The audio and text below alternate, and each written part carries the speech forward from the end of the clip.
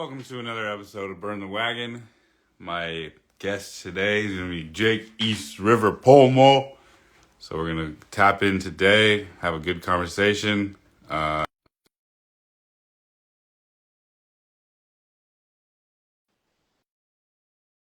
Once it lets me accept it.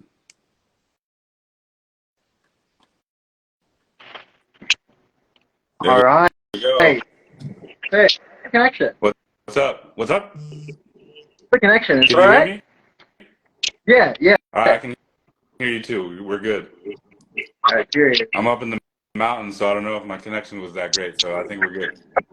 All good, all good. Yeah, we'll just go until it isn't. All right, so let me just get started with a little prayer before we go forward, and then we'll get started on a little questions on how I usually do it. So first off, I want to send love to anybody that's suffering from mental health issues. I want to send love to anybody that's suffering from domestic violence issues. I want to send love to any of our ancestors that have passed on to the spirit. I want to send love to any of you that's tuning in today or going to tune into on the future. I want to send love to our precious Mother Earth, and today I'm on Pomo land. So if you want to drop a comment to where you're at, and Jake, if you want to drop where you're at, go ahead and let the people know. But yeah, here we go for another episode of Burn the Wagon, and today my guest is Jake. So how I usually like to do it is let the guests give themselves an intro. So I just want to let yourself give yourself an intro, and then we'll go from there. Cool, cool. Oh, thank you very much. Yeah, please. All right, so yeah, my name is Jacob Elliott. I'm a member of the Hopland Band of Pomo Indians. I'm in Cloverdale, we're on Pomo land, and uh, yeah, I do different work with like harm minimalization. Really big into sobriety. Really big into making sure less people die because of accidental overdoses. And so I work pretty closely with Indian Health. That's where I'm trying to be, like full time eventually. I'm moving towards a position as a drug counselor. Yeah, that's the end goal. So I really want to have my career be, you know, like tied with sobriety. Super big for me. Right on. Okay, so did you grow up on the res out in Hopland? No, no, actually, my siblings did, but I'm the youngest of four, and so when my mom had me, we were in Cloverdale, and I mean, I live close, and at this point in my life, I'm more, I don't know what the term would be, but yeah, I'm more involved in it now than I was when I was younger. Hey man, it's never too late to get involved in any way, shape, or form. So, and I see you in the language class all the time. So, and you're practicing the language. It's never too late to do any of that. So, and with how things are going, people are wanting to reconnect more too. So there's nothing wrong with it. Just being later in your life. You know what I mean? 100%. So, so you've been in the like I said, you've been in that language class. How's that been going for you? Yeah, Sal Martinez, he's dope. Um, Freaking Sal's actually the way that I got introduced. Oh, alarm. Yeah, so language class is pretty sick, especially because growing up, language isn't something that was spoken in my family. It's my great grandmother is my grandmother, Alice. She was fluent, and it didn't get passed on to my dad. I know he knows some of like the central Pomo, but very few people are fluent. And when I don't even know how I met Sal in the first place, but I thought like almost like that shit was a dream, you know? It was something that none of my siblings were able to really verse themselves in. And so the class and creating like that community with each other, I dope. Sí, mama. Sí, mamá. You gotta say back how you feel. How are you? Sí, mama. Good deed. There you go. There you go. Right on. And I see in your profile pic is you in dressed out in your regalia. How long have you been Yeah, dancing for? for sure. Yeah, I haven't been dancing for that long, actually. I I mean, I've been around it my whole life. Even though I didn't live on the res, we would go to big times, and definitely my mom tried to keep us engaged in the culture, and I appreciate her for that. And so I was around dancers my whole life, but I didn't start dancing until we went to Susanville for a big dance one year. I want to say like maybe like 2 years ago, and it was the first time that I like put on riggins, and it was amazing. You know, dancing with my tribe, dancing with my people, representing Cleveland. That was like, you know, irreplaceable feeling. Yeah, Yeah. so the first time you danced was in Susanville. That's tight. And do you have your own regalia right now, or are you still that's something that you're still building up? That's something I'm still building up. I know my mom has feathers for me that she saved for a really long time, but I had this dream that me and my brother were gonna dance with each other. But like, as you know, there's like protocol for dancing, and my brother was never able to fulfill that protocol yet. I mean, there's always still time, right? Like you were saying with the picture. And I remember there was this one pretty like vivid time where I was in Hopland. We were hosting a big time, and I was right in front of my cousin Brisa because she was leading, and it was so cool because I was like looking up at like the oak trees and stuff, you know, these trees that have been there forever, right? And I was thinking about my family, and I was thinking about my brother, I was thinking about my dad, and like this is this might be the closest thing I get to dancing with them, but like it was amazing, you know, really filled me up with pride. Yeah, don't. And that's how it's supposed to be when you're dancing. You're supposed to be praying for them. You're supposed to be thinking of them. So that you were in the exact space you were supposed to be. That's exactly how it was supposed to be, man. Like so, like I like seeing youth like you do the thing and get into it and be into the language and be so into the shit and be into sobriety so young is so cool to me, dude. Like it's wild. Because like I wouldn't have been into these things like you are. I would have been into the social justice at that age. I would have been out partying. I would have been doing my thing, you know. So like to see the youth be into it at the ages they are, it's like it's really inspiring for me to get back into it and be like, yo, man, I want to be right there with them when they're doing it, or I want to be right there when they're at their speech or whatever, you know. So it's cool to see you like being in the language class, like hear you about like, man, the first time I danced, I really wanted to get back out there and do the thing with my family. So that's amazing, dude. Yeah, I appreciate that. It means a lot. Yeah, yeah. So you said you're going to school. What's your major right now? Me and my girlfriend, we're both psychology Okay. majors. I'm trying to, like I said, I want to pursue a career in drug counseling, Hmm. and that's a long time coming like goal of mine, which was to work with sobriety. You know, like ever since like a young kid, I had this really rigid like goal, which was one, get my brother sober, and then two, like enter a career where I felt like I was contributing to like sobriety as a whole.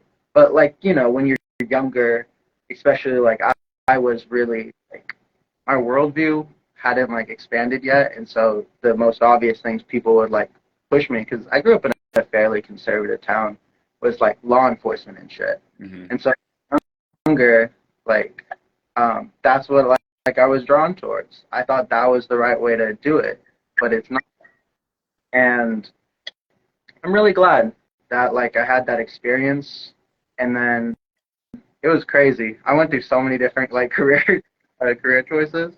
So finally, I started getting to therapy, which is huge because there's this. I mean, I feel like it gets talked about now, but there's this norm where therapy is for the most extreme cases, right? Like fringe things, basically meaning when other people don't want to associate with you, right? And therapy really did change my life.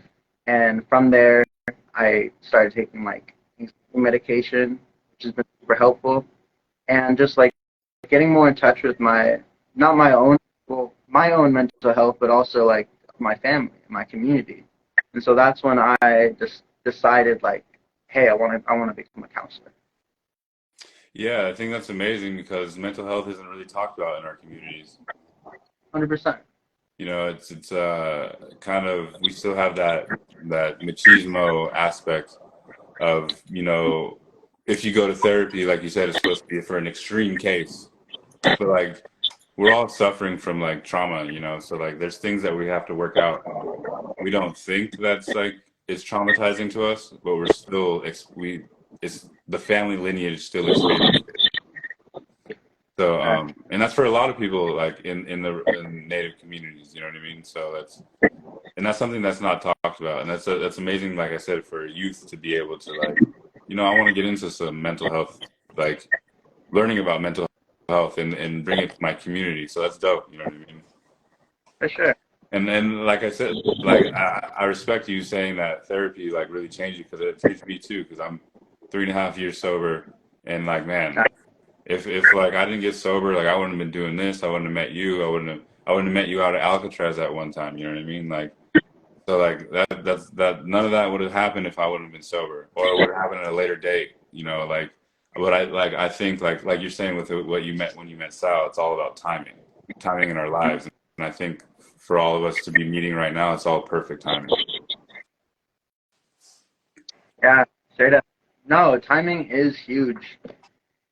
I feel like it's super tantalizing to try to think about like these big choices without actually taking the risk of what what they could be. Like sobriety, for example. Like it's not just, I'm gonna stop using, I'm gonna stop drinking or whatever. It's that like lifelong commitment.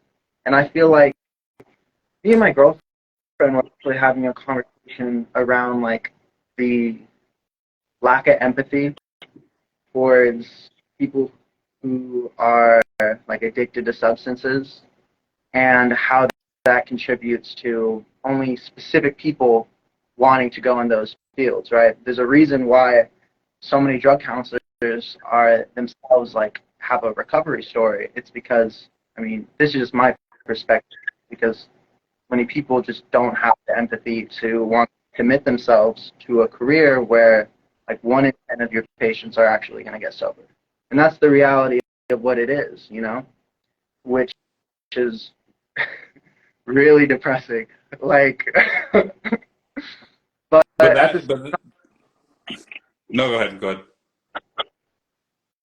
go ahead. but yeah, at the same time, it's the good fight, right?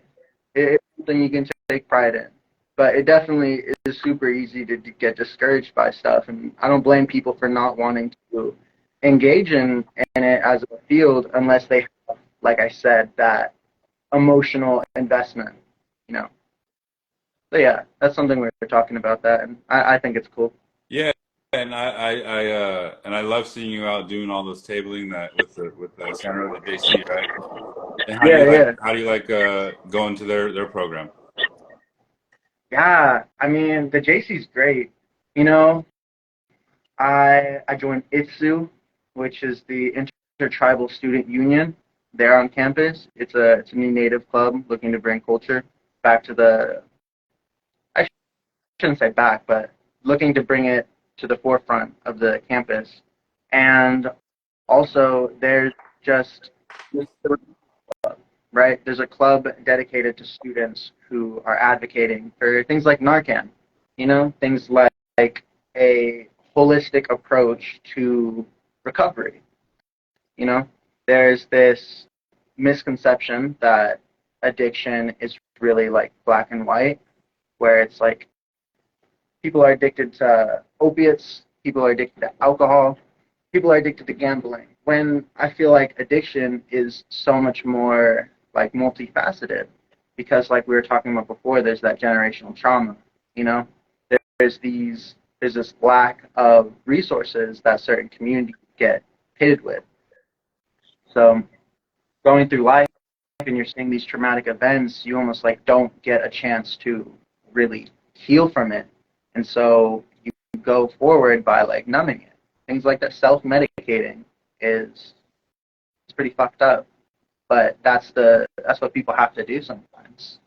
And I feel like it's easy to stigmatize the sober community because of going back to what we were talking about before, but like the lack of empathy because you don't have that like personal experience with it, so you can't empathize in the same way that other people can. Yeah, Well, like I think a thing people don't understand that they don't understand that like it's not easy just to say, "Oh, I just won't have a drink." It's no, for not sure, it's not that easy. for sure. Once the addiction takes over, that's taking over. So like there's nothing like you like sometimes there's nothing you can do about it. And I know there might come one day where like I relapse and like there's something that happens where I relapse and that the addiction is just going to take over because like you said, I'm used to doing is numbing myself when something happens, whether it's good, bad, or sad, or happy, or whatever. And do you think more men are willing to come forward these days with mental health issues? I think there's definitely a push, especially in the younger generations, to reduce the stigmatization that like men or like masked people face when it comes to their own like issues when it comes to mental health. I think it's just definitely been a push, but even now, it's still super limited. And I have tried to be a person, like a safe person, so to speak, towards like the people in my life to talk to me, like especially men, because like everyone has their stories, and a lot of the time people just don't ask them about it, you know. And I feel like the more you can get a person to open up to you, the more comfortable you can make like your environment, the easier it is for them to like start the healing process. The healing process fucking sucks, you know, because it brings up all these traumatic like events that you push aside, you know, you bury deep. So yeah, I think there has been a shift, but it's still we're still far like a long way to go. Yeah, because like you said, a lot of people in our communities are very used to just being like, I'm just gonna numb myself. Yeah, straight up. And because our suicide rates are like really, really high in our communities. I mean, I don't know about Hopland. In Point Arena, it's not that great, not that bad, but like I know the drug rate is pretty high. And like you said, not a lot of people say like what would you say 1 in 10 people are gonna like it's a wild One in number. 10. Yeah. Yeah. So yeah, and I've also seen you've been working a lot with Lori Lewa. Yeah, Yeah.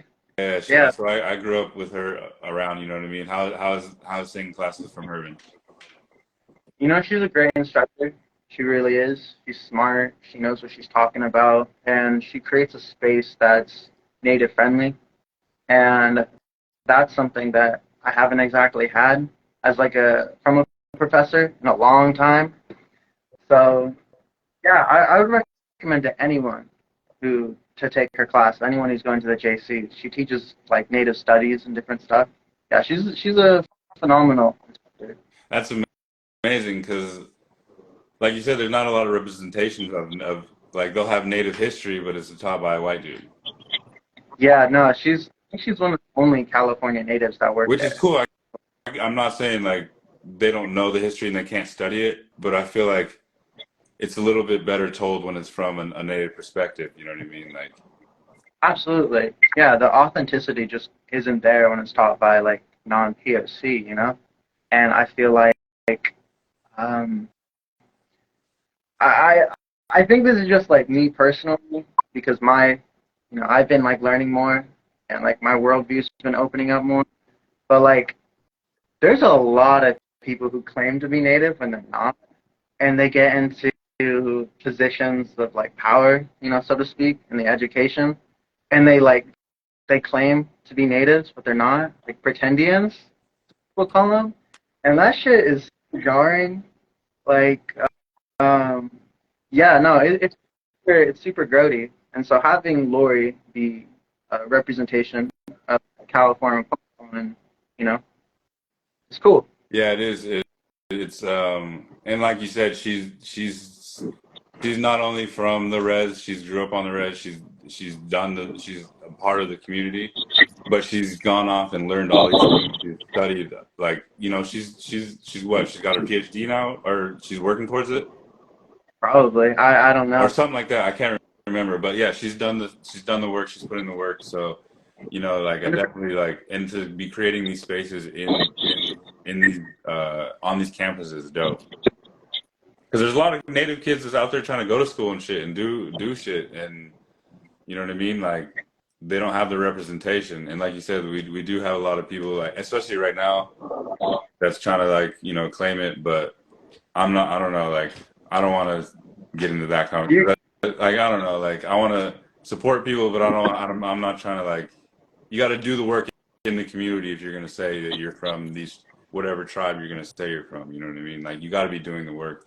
You got to be uplifting the voices of that community if you're not doing the work. You know what I mean? So if you do claim it, you better be about it when it's time to roll and it's time to do native shit. Deadass.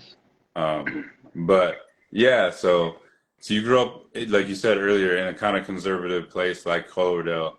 With the election coming up, like, it's going to be a wild place to live out there. I mean, in California, like, it's crazy to see like how far right people are, especially where I'm from. So, yeah, how was that growing up in Cloverdale? Just with that, like you said, that police force that's kind of like pretty strict over there, pretty conservative. Yeah. Um, for sure. No, it's gonna be gross. Definitely. I I feel like, um, especially when it comes to like the gay community, like LGBTQ community, there was really it was super homophobic. And growing up, like me and my girlfriend were both queer, and I remember like going through school and like there would be maybe like there was probably like two openly queer kids at like my school and they get like constantly. And it really wasn't until like I started to get a little bit older that I started to have I don't know, like start being myself. Classic. Uh I'm not gay. I'm gonna like really suppress it. I'm gonna be super like aggressive towards people. And it took me a long time to like come back down from that because it's what it is like a defense mechanism, right? And it's shitty, but it's like it was similar on the res, you know, because similar to that like machismo culture that we're talking about, the like hyper masculinity is also this deep fear of homosexuality. And I feel like that can definitely tie into a conversation around like prison culture, because a lot of like, of course, a lot of our family are in and out of prison, and there's a lot of homophobia, right? And so that gets brought back to the communities, and then it just like perpetuates.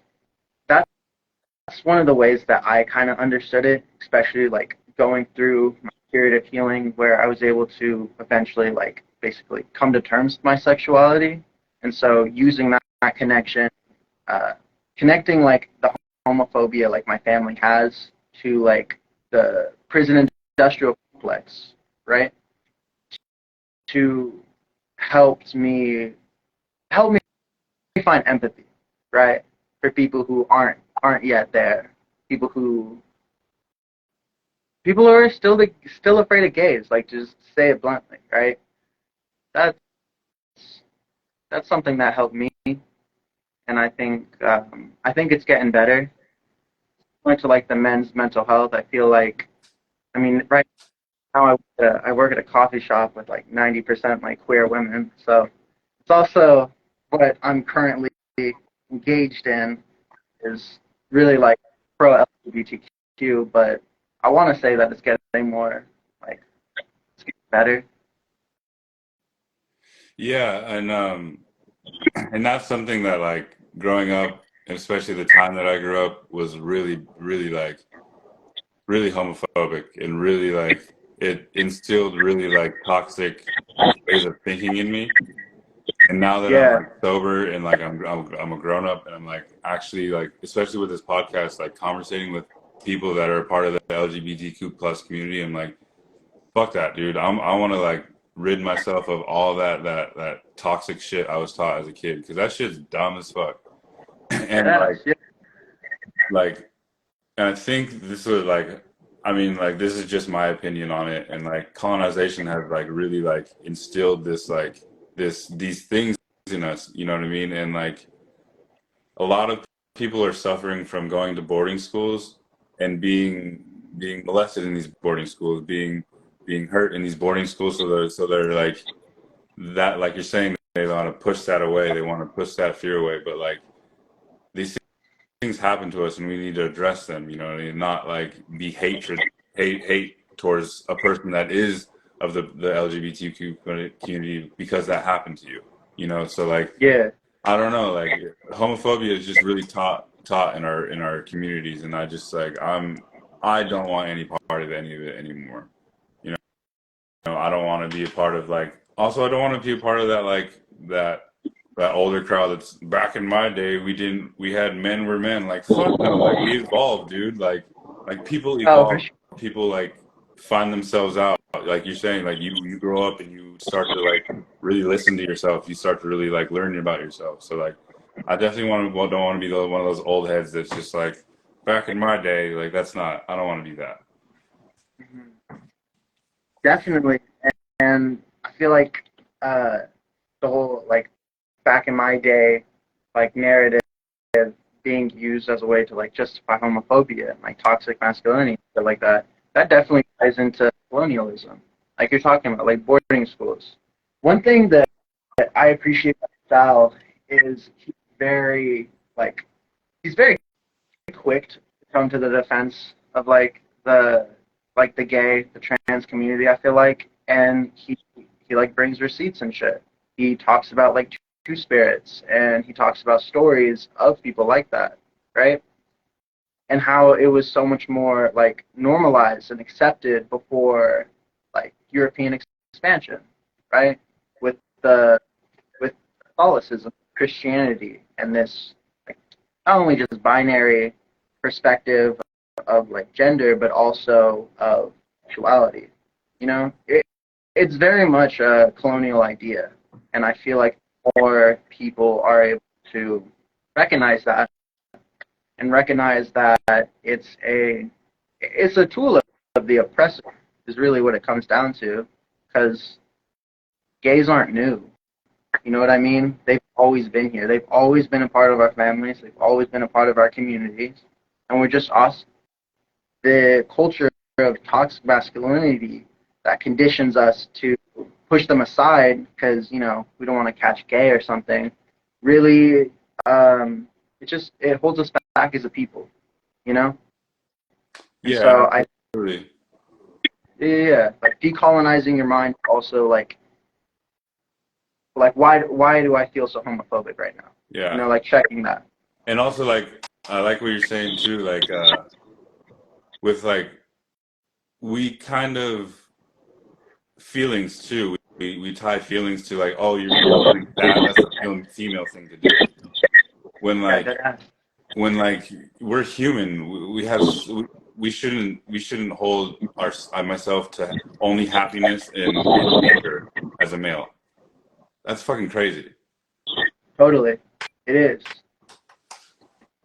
So like I'm definitely pushing like you said earlier, therapy. Like I want to push that as much as possible because like people need to get in touch with their feelings. Because like we have more than anger and happiness, and some people don't even show their happiness. Yeah, they don't even smile, bro. That's just crazy. So yeah, it's I love that you push mental health and you push sobriety and seeing you in these classes. I can't preach this enough, man. It's dope. It's like amazing because I only started really caring about mental health like 3 years, like not even 3 years ago, maybe 2 years ago. So it's amazing to see the youth like pushing this shit. You know what I mean? Because and like Sal's an amazing person to be around and learning from because he pushes for the youth. He pushes for the language. He pushes for the real shit. You know what I mean? He's in the community, actually doing the work, teaching language, picking up trash, creating hand games, doing all this shit. So like, he was the first guest on this podcast. I know. I remember that episode. I was so excited for that. So yeah, and he's done multiple. He was a guest on the live version. So big ups to Sal, and every once all the time I'm like hitting him up like, how do you say this and how do you pronounce it? Like, so he's a real one to be learning for sure. Definitely, 100%. I agree. Yeah. And how many more years do you have to go before you're graduated and everything? Right now I'm still working towards my associates. I right now I take like 1, 2 classes a semester, so I have a ways to go. I'm trying to end with my bachelor's ultimately, and my girlfriend, she's going to be graduating pretty soon, and I'm remarkably proud of her. But so I have a ways to go, but in the meantime, I'm trying to continue my involvement in the community, continue to like get that experience, that firsthand experience that I'll be able to bring to my career. Like, that's dope. Is Hopland where you see yourself going and doing some of this work?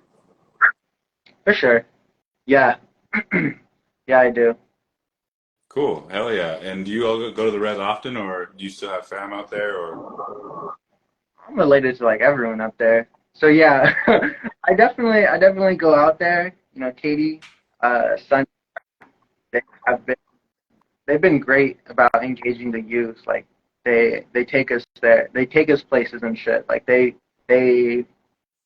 really push for like culture to be more entwined with like the youth, and that's something I think is amazing because for a really long time, it's shitty to say, but like the main thing I associated with the res was like drug use, right?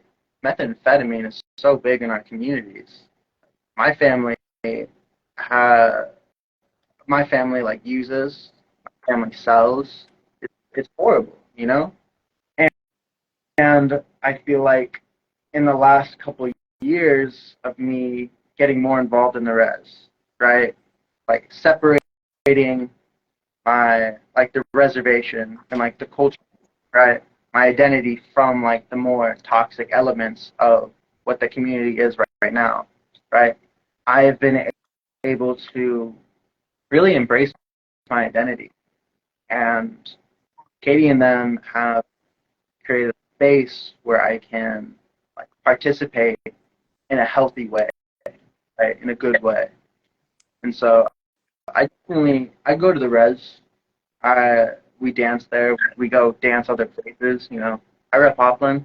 Freaking, there's actually an opiate coalition that the Indian Health started, and I'm a Hopland representative. That's Hey, pretty tight. repping Hoptown. Hmm? The East homie River. that makes my shirts is from Hopland too. Yeah. Really? Hi. What's his Hands, I don't name? know. Hands, Complex Minorities is his Instagram, and then Hands 707. But yeah, it's the cousin. He's from Hopland. He works for the tribe too. That's Let's tight. get I'm sure I know him. yeah, let's get you guys connected. I'll send you his Instagram for sure. For sure. I appreciate that. Is there any topics that I haven't brought up yet that you want to bring up? Is there anybody you want to give a shout out to? Is there any events that you're going to be tabling out coming up that you kind of want to uplift, or is there any other stories you want to talk about that hasn't come up that you might want to just like get out there? You know what I mean? Hmm. Um. Yeah, I feel like there is one particular shout out I definitely like to give is Mending Indigenous Spirits. It's an organization. It's a nonprofit. Just got their 5014, and it was started by priests Sarah, Angelica, and Adam. These are all 4 natives in the community. And essentially, what it is a organization that has been created to make sobriety whether that's like 12-step programs, whether that's sober living, making it more accessible to like the Native community. And they brought me on to the organization as like a youth advocate, you know, and I feel like it's going to be a really positive contribution to the community because all of them story, all of them are they have the intentions, and that's something I definitely want to be a part of. And what was the name? Mending Indigenous Spirits. Mending Indigenous Spirits. Do you know if they have an Instagram or anything? I don't know if they have an Instagram yet. I know they have a Facebook account actually. Cool, hell yeah. And you said Priest? Yeah, Yeah, Priest. Priest is on. I had Priest on too, and what was it, Angelica? What is that, Angelica Smith? Yeah, and Angelica. Yeah, I just danced with her about like last weekend in Knollville. Oh. Yeah, so I forget that Native country is fucking small as hell. Dude, for sure. For sure. Everybody knows everybody, and like you said, everyone's cousins. Yeah. Fucking no, but they're all really cool people. Freaking, I go to ceremony with them. Priest is funny as hell. He's crazy. He's so in his pocket though. Oh my god. I remember we were at Sweat and he was teaching me how to like create covers, and just throughout the whole thing he was joking, and yeah, nice. Super cool guy.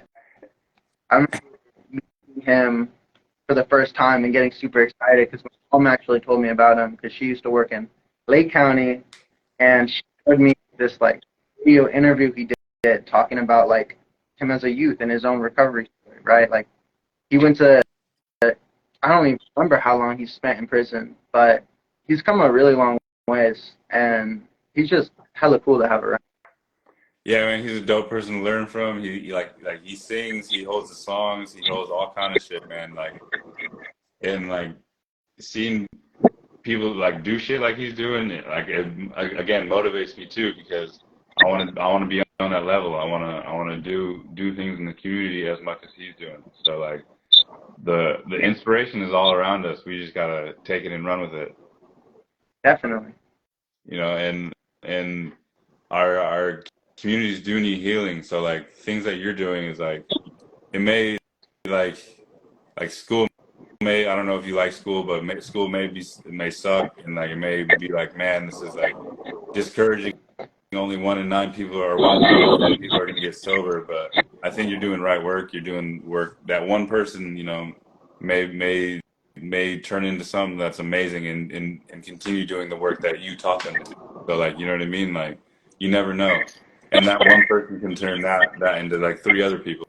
Whatever, you never know, you know. So like keep doing the shit, man, because keep doing the work in the community because the community needs it, and community loves to see people like you doing shit in school, in sobriety. Like, you know, people, we need people advocating for Narcan in our communities. We need people advocating for sobriety. We don't need, if we have sobriety, we don't need Narcan, you know. That's the goal, right? Yeah, definitely. But I appreciate you coming on today. I appreciate you telling the truth. And if there's definitely anything else you want to get out there, let me know. But I appreciate you coming on, man. It's amazing to have you on and learn from you. And like I said, like that first time I met you was amazing. You made me feel so damn dope out there. Like somebody knows burn the wagon. Like, man, that made me feel amazing. And I was like, fuck, this is what the reason I'm doing it is to spread those words, spread the community, and create things, create friends, create community, you know. So like since that first time I met you in Alcatraz, I've been like, man, I got to get connected with this kid because they're doing dope shit. You're doing dope shit too, dude. Like definitely. Thank you. I much appreciate it, and like I said, I appreciate you coming on and keep doing you, man, because it's dope to see. Good. Is there anything else you want to let the people know? Let them know where you're from, where you doing it. Hopland, California, Hoptown, repping Hoptown. True. Fucking come to language class. I know. I right now my schedule's a little bit up in the air. Like I don't really know because I started working at a casino, so it's like all over the place a little bit right now. So I got to figure out a schedule and see if I can come. That was more so like the message, like Oh. to the citizenship from the language class for like other people, like reach out. Yeah, yeah, It, definitely. That's a big thing. Continue the language for sure. Thank you again. yeah. All right, Jake, you have a good rest of your day, okay? All right, you too, man. Thank you again. Yeah, definitely. All right, Much love. cool. Peace. Much love.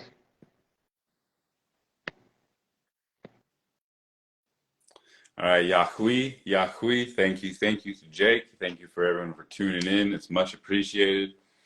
If anyone wants to join me, please tap in. If you know anybody that wants to join me, please tap in. And peace and love, y'all.